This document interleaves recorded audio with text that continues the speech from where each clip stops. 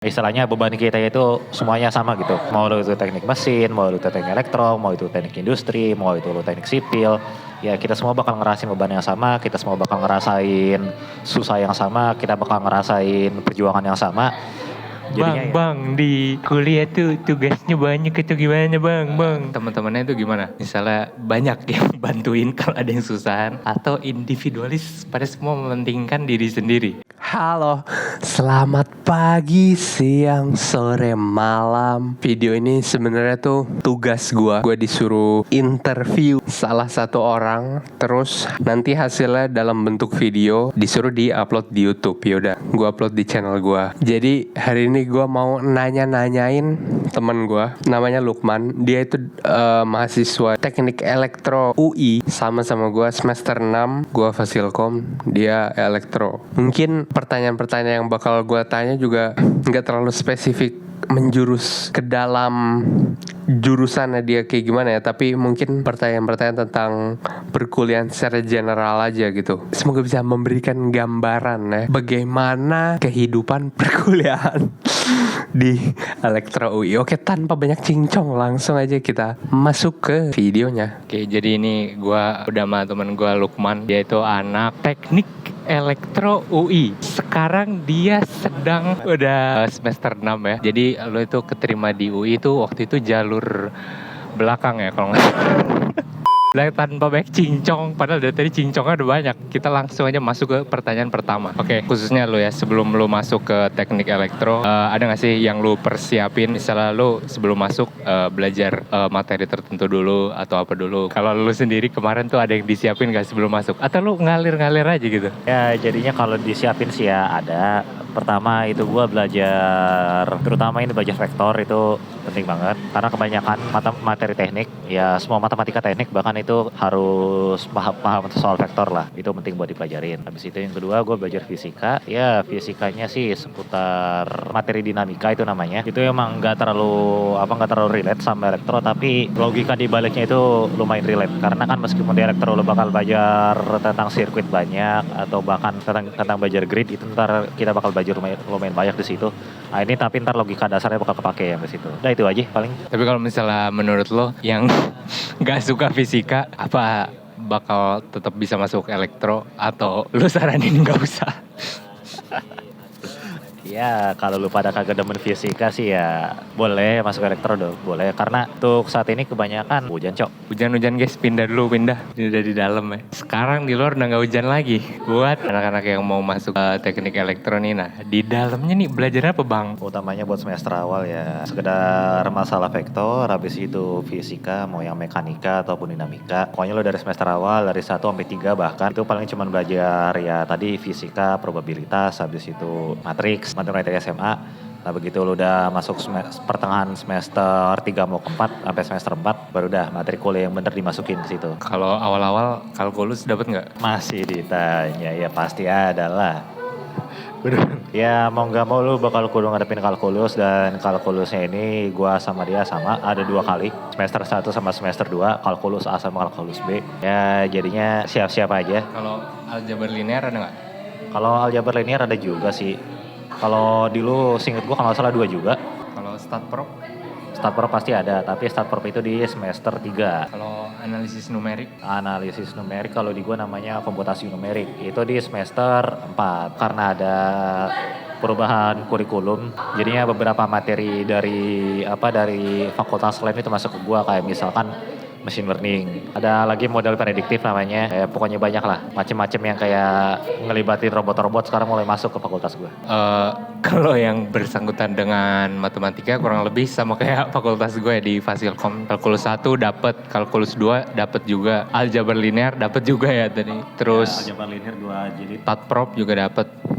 Abis itu kalau di gua ada analisis numerik. Oke, kita lanjut. Nah ini pasti yang ditunggu-tunggu mahasiswa baru ini tuh pertanyaannya nih. Bang, di kuliah tuh tugasnya banyak itu gimana bang? Nah ini kalau misalnya di fakultas lu sendiri, kalau misalnya dibandingin sama di SMA, kira-kira banyakan mana tugasnya sama mumetan mana nih? Kalau di kuliah itu ya keadaannya antara 2, antara gampang tapi banyak, atau dikit tapi susah. Nah Ya mau di fakultas manapun ya juga pasti lo bakal ngadepin dua itu doang sih. Kayak di kita berdua di teknik sama di Fasilkom, kemungkinannya antara dua itu. Kalau nggak susah tapi dikit, ya banyak tapi gampang tapi banyak. Nah kalau misalkan ketemu tugas yang gampang tapi banyak, itu lo kudu pintar-pintar cari waktu. Kalau tugas gampang itu juga kadang-kadang dosen itu naruh jebakan di situ. Jadi lo kudu hati-hati ngerjainnya. Nah tapi kalau buat yang mumet, nah yang mumet ini pun juga lo kudu ngatur-ngatur waktu karena yang mumet ini kadang-kadang kelihatannya dari awal itu gampang banget. Nah tapi pas dicoba tiba-tiba lu bingung diri ntar. Nah jadinya saran gue kalau lu nemu tugas, coba dulu kerjain diri. Kalau misalkan 2 atau 3 jam kagak nemu jawaban, ya minta bantuan temen dah kerjain bareng. Kalau masih kagak tahu juga ya udah. Pokoknya ya jangan sampai tolol dah. Kalau ada susah-susah bareng. Itu gue setuju banget. Kalau misalnya kalau nggak banyak tapi gampang, atau nggak susah tapi dikit gitu. Nah yang susah tapi dikit tuh biasanya kalau udah lo lihat soalnya, nah udah cuma lo liatin doang, lo nggak tahu tuh ngerjain yang mau gimana tuh udah nggak tahu. Jadi sebenarnya kalau diakumulasiin total ngerjainnya nggak ada bedanya sih. Jauh ini ada kesulitan nggak lu menjalani perkuliahan nih? Kalau misalnya ada kendala, kira-kira kendalanya apa? Ya kendalanya sih paling umumnya ya kendala ngatur waktu. Ya itu lu kudu pinter-pinter cari celah buat ngerjain tugas, buat tidur, buat main. Ya pokoknya ya kudu jaga waktu lah. Lu kudu tahu banget waktu lu bisa lu pakai buat apa aja. Di situ yang kedua ya materi. Kadang materi itu materi dari dosen ada yang susah dicari di internet dan dosennya itu nggak bisa atau bahkan nggak mau ngasih source material punya mereka. Jadinya ya lu mau belajar pun ya lu tetap bego gitu. Susah kalau kayak begitu. Ya kalau ketemu yang kayak begitu ya udah saran gue mungkin pertama ikhtiar aja. Yang kedua belajar bareng. Kalau misalnya lu belajar bareng sama temen pun juga masih nggak tahu, ya udahlah. Berharap jangan sampai dosen ngatain lu bego. Udah gitu aja. Gue baru inget yang nambahin tadi, kalau misalnya tugas-tugas kuliah tadi kan lu bilang nggak bisa searching di internet pasti lu nggak bakal nemu jawabannya. Nah itu perbedaan utamanya sama tugas-tugas SMA sih mungkin di situ juga ya. Banyak kan kalau tugas SMA misalnya lu sejarah, PKN, lu cari masukin Google langsung ada di Brainly itu biasanya udah lu tinggal kopas. Nih nggak ada lagi yang kayak gitu-gitu udahlah. Lu nggak bisa ngarepin Brainly lagi. Oke lanjut. Ini juga pertanyaan yang banyak ditanya bukan di teknik elektro doang ya, tapi di UI, di kampus-kampus lain juga. Kalau lu sendiri, khususnya lingkungan belajar di fakultas lu teknik elektro, teman-temannya itu gimana? Misalnya banyak yang bantuin kalau ada yang susahan, atau individualis pada semua mementingkan diri sendiri. Silakan Mbak, bagaimana nih? Ya itu mah tergantung individu lu masing-masing ya. Entah kalau karena lu nanya gue ya berarti gue jawabnya dari sudut pandang gue, dan karena dari sudut pandang gue ya mau konsiderasi lagi karena ini pasti biasanya juga masih banyak. Nah kalau menurut gue sendiri ya itu ya lumayan membantu lah. Gak individualis, istilahnya cukup kolektif lah kita. Nah, cuman ada beberapa yang individualis itu kita istilahnya udah coba deketin dia, tapi ya dianya dasarnya emang agak tertutup, itu agak susah. Ada temennya kayak gitu. Ada juga emang terlalu terbuka sampai dia kagak bisa bedain mana musuh mana temen. Nah itu ada juga yang kayak begitu. Tapi tenang aja lu. Kalau di teknik itu semuanya bakal lo anggap teman karena istilahnya beban kita itu semuanya sama gitu. Mau lo itu teknik mesin, mau lo itu teknik elektro, mau itu teknik industri, mau itu lo teknik sipil. Ya kita semua bakal ngerasain beban yang sama, kita semua bakal ngerasain susah yang sama, kita bakal ngerasain perjuangan yang sama. Jadinya ya kalau menurut gue semuanya bakal teman gitu. Meskipun lu ada beda ideologi atau beda pemikiran sama temen ya itu cuman minor-minor doang. Itu harusnya. Dan biasanya nggak bakal sampai ribut, nggak bakal sampai jotos-jotosan. Nah karena kalau misalkan lu pikir-pikir ulang atau lu misalkan pikir lebih luas lagi ya lu di teknik sendiri aja udah cukup struggle gitu. Masuknya aja udah struggle, di dalamnya aja udah tambah struggle. Masih lu mau tambahin lagi struggle sama ribut sama temen, ya itu mah namanya lu cara bunuh diri. Jangan. Nah, jadinya kalau di dalam teknik ya pertama semuanya itu teman, atau ya seenggaknya anggap aja semuanya itu teman. Karena ada beberapa ya yang emang gimana ya, ada beberapa orang yang emang dideketin tuh malah menjauh dari kita. Tapi itu nggak apa-apa. Kalau misalnya mereka emang ngejauh ya udah biarin aja, nggak usah dipermasalahin terlalu dalam. Nah ini kan kalau gue di teknik elektronik, kalau di Fasilkom gimana? Oke, sekarang menurut sudut pandang gue berarti bukan sudut pandang dia, ya, karena itu usahanya cari temennya susah juga, survive sendiri. Misalnya kalau ada tugas mentok atau kan bisa nanya atau bisa diajarin sama teman yang lain.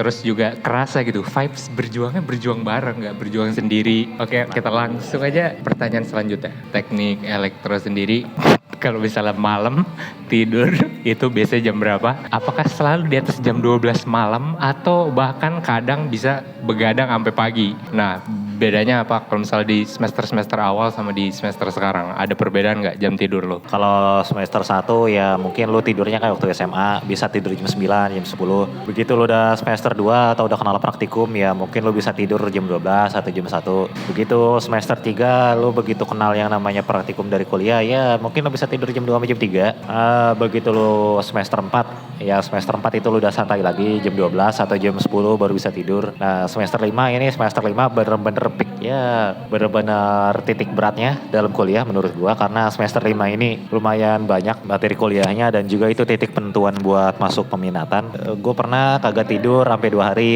pernah tidur biasanya kadang jam 2 sering atau jam 3 sering. Emang udah bangun tahajud, gue masih bangun sering. Emang udah salat subuh gue masih bangun sering. Emang gue udah berangkat kerja gue baru tidur, iya sering juga. Teman-teman gue pada berangkat kuliah gue masih tidur, iya gue juga sering waktu kayak gitu. Emak lo berangkat kerja, lo masih tidur? Iya itu gue sering. Iya karena semester 5 itu ya emang gitu. Lo tidur? Iya kebalikannya, emak gue tidur gue masih bangun.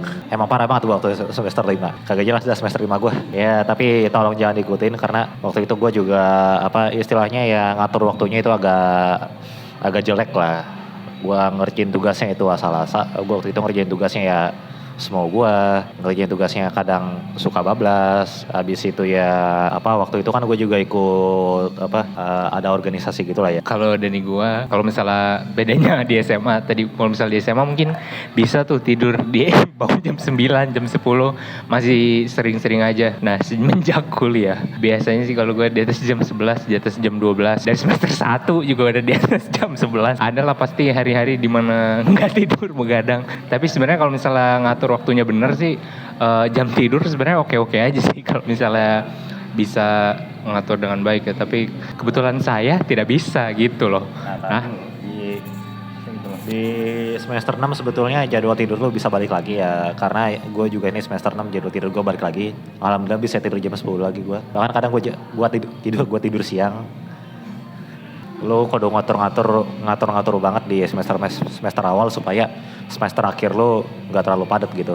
Karena kalau misalkan semester akhir lu padat ya lu repot sendiri ntar takutnya gitu. Jadinya saran gue, lu semester awal dari 1 sampai 5 atau 1 sampai 4 itu ya nggak apa-apa lah.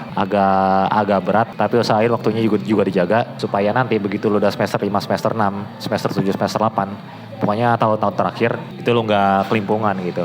Jadwal tidur lu pun juga enak. gue juga sama di semester 6 memang lebih terasa work-life balance lebih teratur ya dibanding semester sebelumnya. Tapi karena udah kebiasaan di semester sebelumnya tidur udah telat-telat banget. Semester ini sebenarnya udah bisa tidur lebih awal, gue nggak bisa tidur gitu bedanya. Jadi kebawa di semester sebelumnya. Ini bagaimana ini? Makanya udah nggak usah masuk lah. Oke kita lanjut ke pertanyaan. Ini sudah memasuki segmen pertanyaan-pertanyaan akhir ya. Mungkin ini pertanyaan yang lebih hot. Apa hot? Tidak cold. Oke. Kalau misalnya bisa diulang, kira-kira lo bakal tetap masuk teknik elektro atau mungkin ada fakultas lain yang pengen lu masukin selain ini? Kalau fakultas lain ya mungkin gue tadinya sih gue sebelum masuk sini gue tadinya pengen masuk STIS, Sekolah Tinggi Ilmu Statistika atau enggak STAN gitu ya. Cuman karena dua-duanya itu waktu 2020 lagi tutup, mereka nggak menerima pendaftaran. Alhamdulillahnya gue masih ada pengen masuk ke elektro. Nah, jadilah gue masuk elektro. Nah, kalau misalkan ada pertanyaannya nyesel atau enggak, ya gue alhamdulillah enggak nyesel gitu. Karena menurut gue ini udah sesuai passion gue, udah sesuai kemauan gue, udah sesuai apa yang gue pengen. Jadi ya alhamdulillah gue bersyukur kok. Kira-kira dari lo sendiri ada nggak pesan-pesan buat calon maba teknik elektro yang mau masuk teknik elektro? Apa nih wejangannya? Atau ada tips-tipsnya nggak bang? Ya kalau wejangan dari gue sih pertama belajar yang benar. Iya beneran karena emang mau gimana lagi. Belajar yang benar. Ya karena mau bagaimana lagi, emang kudu belajar yang benar. Nah habis itu yang kedua ya jaga waktu lu, karena kalau lu nggak bisa jaga waktu ya takutnya ntar kayak kita berdua semester awal kelimpungan. Semester awal kita berdua sering diskor tidur udah jam 3, tidur udah jam 5. Ya pokoknya gak bener banget lah. Kedua jaga waktu. Ketiga kalau misalkan lu masuk kuliah jangan FOMO. Karena pengalaman gue waktu masuk ya itu banyak teman-teman gue yang ya mohon maaf rada FOMO, jadinya mereka ikut organisasi sini, ikut UKM sana, ikut sini. Nah keseringan ikut-ikutan jadinya akhirnya mereka nggak bisa jaga diri mereka sendiri. Ujung-ujung mereka malah kebawa arus dan ya mohon maaf keadaan mereka kadang agak parah gitu. Kedua hati-hati. Nah habis itu yang keempat di kuliah ini bakal ada banyak kesempatan magang terutama. Itu pokoknya lu cari-cari aja di internet, di IG banyak terutama tuh. Lu cari-cari aja karena itu ya berguna banget lah. Banyak perusahaan yang ngebuka kesempatan buat mahasiswa buat magang. Nah itu lu manfaatin aja supaya nambah CV lu, nambah pengalaman lu, nambah ilmu lu juga. Sama yang terakhir ya tetap sopan ke dosen, sopan ke temen, sopan ke penjaga kantin, sopan ke abang parkir. Karena ya lu kalau sopan ke dosen seenggaknya ya lu ilmu lu berkah. Sopan ke temen ya seenggaknya lu nggak bakal ada masalah sama temen. Sopan ke penjaga kantin ya kalau misalkan kantin mau tutup lu bisa dapat berkat dari mereka. Sopan ke abang parkir ya abang parkir itu orangnya asik ya, jadinya kalau lu sopan ke mereka asik dah pokoknya. Oke, jadi segitu dulu. Bukan segitu dulu, udah segitu aja wawancara kali ini bersama mahasiswa teknik elektro. Ingin mengucapkan terima kasih kepada Bapak Lukman yang sudah mengeluangkan waktunya yang sangat berharga, yang menyempatkan untuk saya interview di waktu-waktu yang sangat sebetulnya sibuk sekali ya Pak. Hari ini mau ke Rusia katanya. Ngapain? Gitu aja mungkin, sampai jumpa di video selanjutnya. Ya oke, jadi segitu dulu video dari gua. Mungkin kalau berdasarkan jawaban-jawaban dia atau jawaban-jawaban kita tadi, kesannya kayak tugasnya baik banget. Ya walaupun memang bener banyak tugasnya. Tapi gak usah terlalu dipikir dulu, mungkin awal-awal tuh nanti lama-lama juga terbiasa. Diinget juga kalau ya yang sehari-harinya begitu baik tugas tuh bukan cuman kita doang. Semuanya juga begitu sama semua. Jadi seiring berjalannya waktu juga akan terbiasa lama-lama dan ya udah dibawa enjoy aja gitu. Jangan terlalu baik dipikirkan. Banyak tugas dikerjakan aja, udah begitu intinya ya. Jadi mungkin segitu dulu video kali ini. Mudah-mudahan kita bisa bertemu lagi di video selanjutnya. Oke, bye bye.